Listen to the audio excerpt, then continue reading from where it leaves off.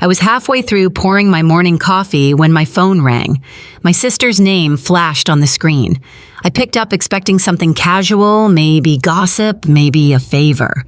Instead, her voice came sharp and cheerful. "I'm moving into your Lake Arrowhead house tomorrow. I already replaced the wallpaper, so send me $3,000 for it." The mug trembled in my hand, coffee spilling over my fingers. I laughed because what else could I do? But when she added, Mom and Dad already said yes, something inside me cracked. And that's the moment I realized whatever this was, it wasn't about wallpaper anymore. When the call ended, I just stood there, phone still pressed against my ear, as the sound of the espresso machine hissed behind me. The smell of burnt coffee filled the kitchen, bitter and heavy. For a moment, I thought maybe I'd misheard her. Maybe it was one of Abigail's ridiculous jokes, the kind she used to pull when we were kids. But then the text came through a picture of my living room. The wallpaper torn down, the caption reading, "Looks better already." My hands started shaking. I called her back, but it went straight to voicemail. So I did the one thing I shouldn't have done. I called my mother. "Mom," I said, trying to sound calm, "Abigail just told me she's moving into my Lake Arrowhead house. Please tell me that's not true." There was a pause. Then my mother's voice, smooth and dismissive. "Yes, honey. She mentioned it. Things have been hard for her lately, and you're not using that house anyway. It just makes sense." I blinked, feeling something twist inside me. "You gave her permission?" "Well, your father and I agreed it's better than letting it sit empty. Families help each other, Hillary. Don't be so dramatic." That word dramatic, I'd heard it my whole life.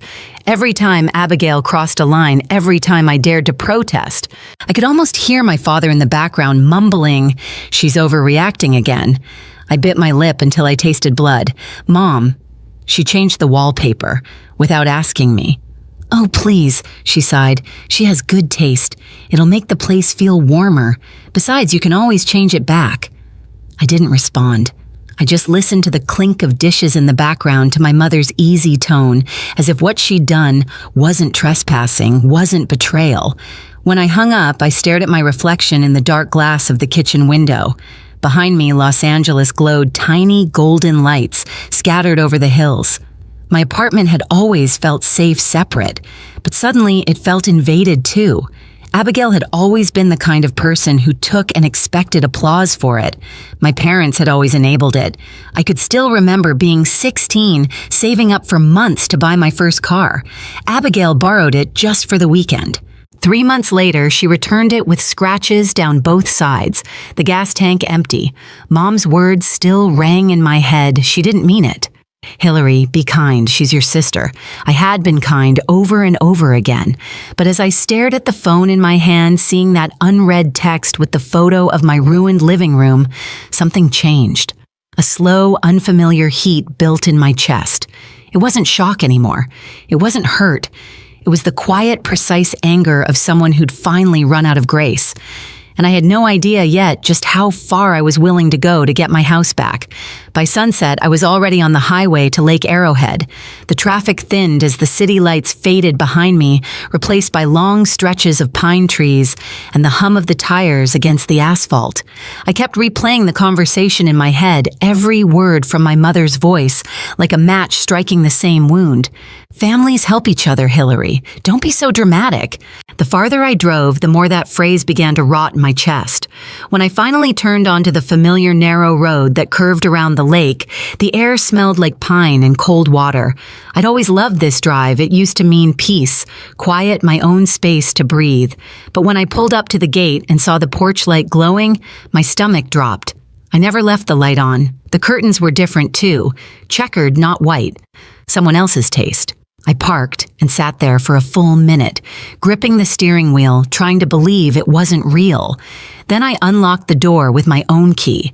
The first thing that hit me was the smell. Paint and glue, fresh, sharp, invasive. The living room that once had soft beige walls now screamed with gold patterns that shimmered under the light like bad hotel decor. My furniture was pushed aside. My favorite reading chair, the one I'd carried up those stairs myself, was covered with a floral blanket that wasn't mine. I moved through the house slowly, every step heavier than the last. In the kitchen, a spice rack had been screwed directly into the wall, crooked. I ran my fingers along the drill holes. My hand came away dusty with white plaster. Then I went upstairs. My study door was half open. I hesitated before pushing it as if the air behind it could burn. And when I saw it, I forgot to breathe. The walls were pink, not soft or pastel, neon bright enough to sting my eyes. My desk was shoved to the corner, books thrown in boxes, my framed photos stacked face down. It felt like walking into a stranger's house wearing my skin. I pressed my hand against the door frame, my pulse hammering in my throat. I wanted to scream, but nothing came out. That's when I saw it, a small white dome in the corner of the ceiling. The security camera. 3 months ago, before leaving for a long project, I'd installed cameras inside the house, just in case. Back then, it felt unnecessary, maybe paranoid. But now that tiny lens was the only thing that made my knees stop shaking. I pulled out my phone, logged into the system, and scrolled through the saved footage. It loaded slowly, frame by frame, until finally there she was, Abigail, walking through the front door with the spare key, laughing on the phone with someone mom. She waved in a few contractors pointing at the walls. Tear this down, paint that pink. It's going to be perfect for us. Her voice filled the quiet room through my phone speaker. Sophie will freak out, but once we move in, it's ours. I stood frozen watching her smile on the screen like it was a home renovation show, except the house was mine. And as I stared, the anger inside me finally went cold. Not the kind that burns, the kind that focuses. I backed up every file, labeled each folder carefully: living room footage, kitchen, upstairs hallway. Then I sat on the edge of the desk, the pink wall glaring behind me, and whispered to the empty room, "You made the wrong move this time." By the time the first light crept through the window, I hadn't slept a second. The house was silent, the kind of silence that hums in your bones. I sat at the kitchen counter laptop, opened every camera file downloaded, and backed up twice, one in cloud storage, one on an external drive. Beside it lay a neat stack of photos I'd taken: the gold wallpaper, the drill holes, the pink walls. Each one labeled, each one evidence. At 8:15 a.m., I drove straight to downtown Los Angeles to the office of Mr. Walker, a real estate attorney I'd worked with before. He was known for being calm, almost too calm, the kind of man who never raised his voice but always won. When I walked in, he looked up from his desk, eyes narrowing at my expression. "Hillary," he said, "you look like someone who's about to burn down a building." "Not burn," I said quietly, setting the laptop on his desk. "Rebuild." He motioned for me to sit. "Tell me everything." I did. From the phone call to the wallpaper to my mother's words, families help each other. He didn't interrupt. Just listened, pen tapping lightly against a legal pad. When I finished, he leaned back in his chair. "Do you have proof they entered without permission?" I turned the laptop toward him and pressed play. The video filled the screen, Abigail opening my front door with the spare key, smiling for the contractors, giving orders like she owned the place. The sound was crisp. He watched for nearly a minute, then stopped the video and exhaled slowly. "This," he said, "isn't a family dispute. It's unlawful entry, property damage, and extortion." "She demanded payment for the renovation, correct?" $3,000, I replied, my voice steady. "She said I owed her." He scribbled something down. "Good. We'll file both a civil and a criminal complaint." Civil for damages, criminal for trespass and coercion. For a moment, I just sat there, watching him write. The weight of the last 24 hours pressed against my ribs, but under it, something else had begun to grow, a sense of control, of clarity. Mr. Walker looked up. "Are you sure you want to go through with this? Once we file, there's no taking it back. It'll destroy the family dynamic." I met his eyes. There's nothing left to destroy. He nodded, once pulled a blank legal form from his drawer and began typing. The rhythmic click of the keys sounded almost musical, like punctuation to every boundary they'd crossed. As he typed, I glanced out the window.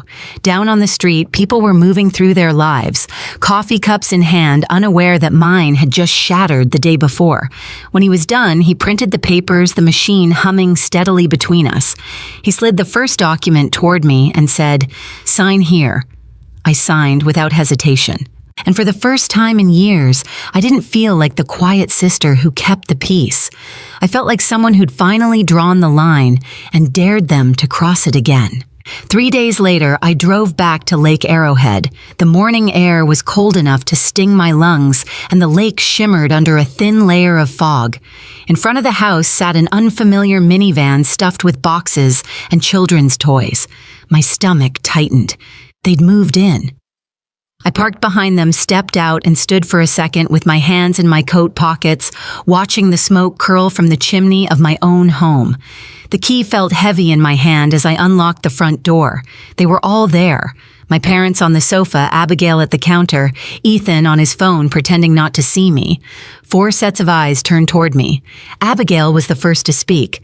"Hillary, you're finally here. We were just talking about you." Her tone was light mocking. "You got the letter from your lawyer, right? What the hell is that about?" I closed the door behind me, calm. "It's about you breaking into my house." "Oh my God. Are we really doing this?" she scoffed. "Mom and Dad said it was fine. You barely even use this place." Mom leaned forward. "Hillary, be reasonable. She needed help. You have so much. Why can't you just share?" I looked at her, at the woman who'd raised me to believe keeping peace mattered more than being respected. "Because it's mine." Dad's voice rumbled. "We're family. You're taking this too far. Withdraw that lawsuit right now." "No." Abigail crossed her arms. "We already moved in. It's done. We spent money fixing it up, made it better. You should be thanking us." That made me laugh. I took the folder from my bag and placed it on the coffee table. "You want to talk about money? Here's something you should see." She frowned, flipping through the first few pages, copies of the property deed title certificate and a contract signed 3 months ago. "What is this? A full renovation project I approved and permitted with the city," I said evenly. "Demolition starts tomorrow morning at 9. The room froze. Abigail blinked, her voice cracking. "Demolition? You're kidding." "Do I look like I'm kidding?" I stepped closer. "Everything you see here, the wallpaper, the paint, the furniture you brought, it'll be gone by tomorrow. Rubble." Mom's hand flew to her mouth. "Hillary, this is insane." Dad muttered. "You wouldn't dare. Watch me." Abigail's face turned red. "You can't just tear it down. I spent money on this place." "And that," I said softly, "is called a confession." Her jaw dropped. "You just admitted to altering and occupying private property without consent." I continued, each word slow and deliberate. "Every word is being recorded on my phone right now, and the police already have copies of the footage showing you walking in with the spare key giving orders to the contractors." Abigail's mouth opened, but no sound came out. That was when the knock came at the door. 2 uniformed officers stood outside their badges, catching the light. "Good morning. Is this the residence of Ms. Hillary Carter?" "Yes." I stepped aside. "We're here regarding a criminal complaint, unlawful entry, and property damage. We need to speak with Ms. Abigail Collins." My mother shot up from the sofa. "This is outrageous. You can't just barge in here." The officer's tone remained calm. "Ma'am, please step aside. The house belongs to Ms. Carter. Everyone else is required to vacate immediately until the investigation concludes." The color drained from Abigail's face. No, please, this can't be happening." She turned to me, voice trembling.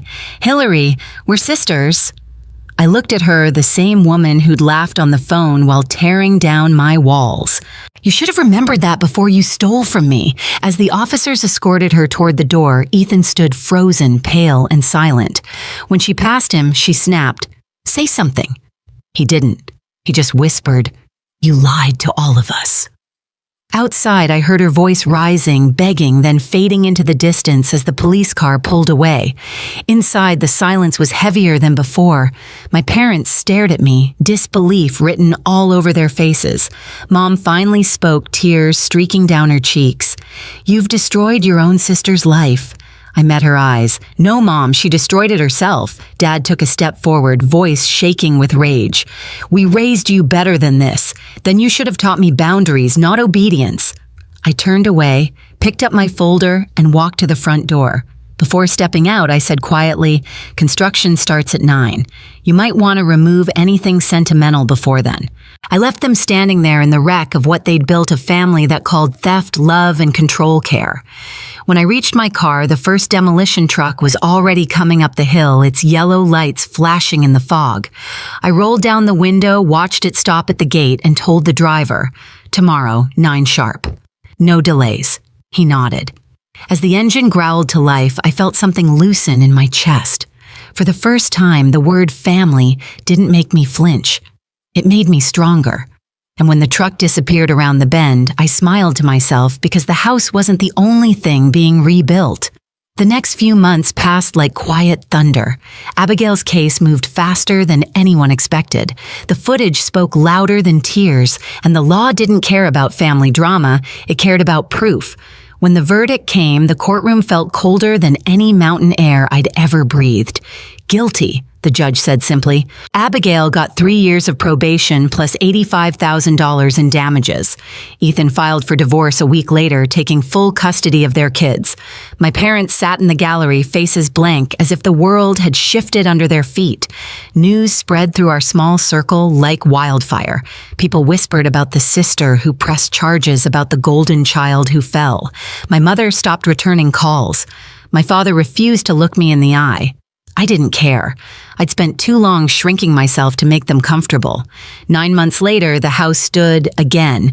New frame, new walls, all traces of their intrusion erased. Floor-to-ceiling windows reflected the lake open and clean. No gold wallpaper, no pink paint, just light and air.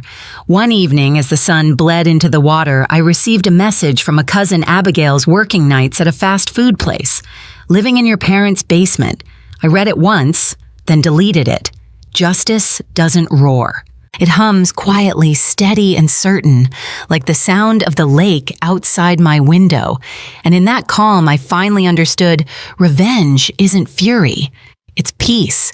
Sometimes I still drive up to the lake before sunrise, just to watch the light crawl across the water. That house isn't just walls, it's proof that silence can be louder than rage, and that boundaries can be rebuilt stronger than before. People say revenge changes you.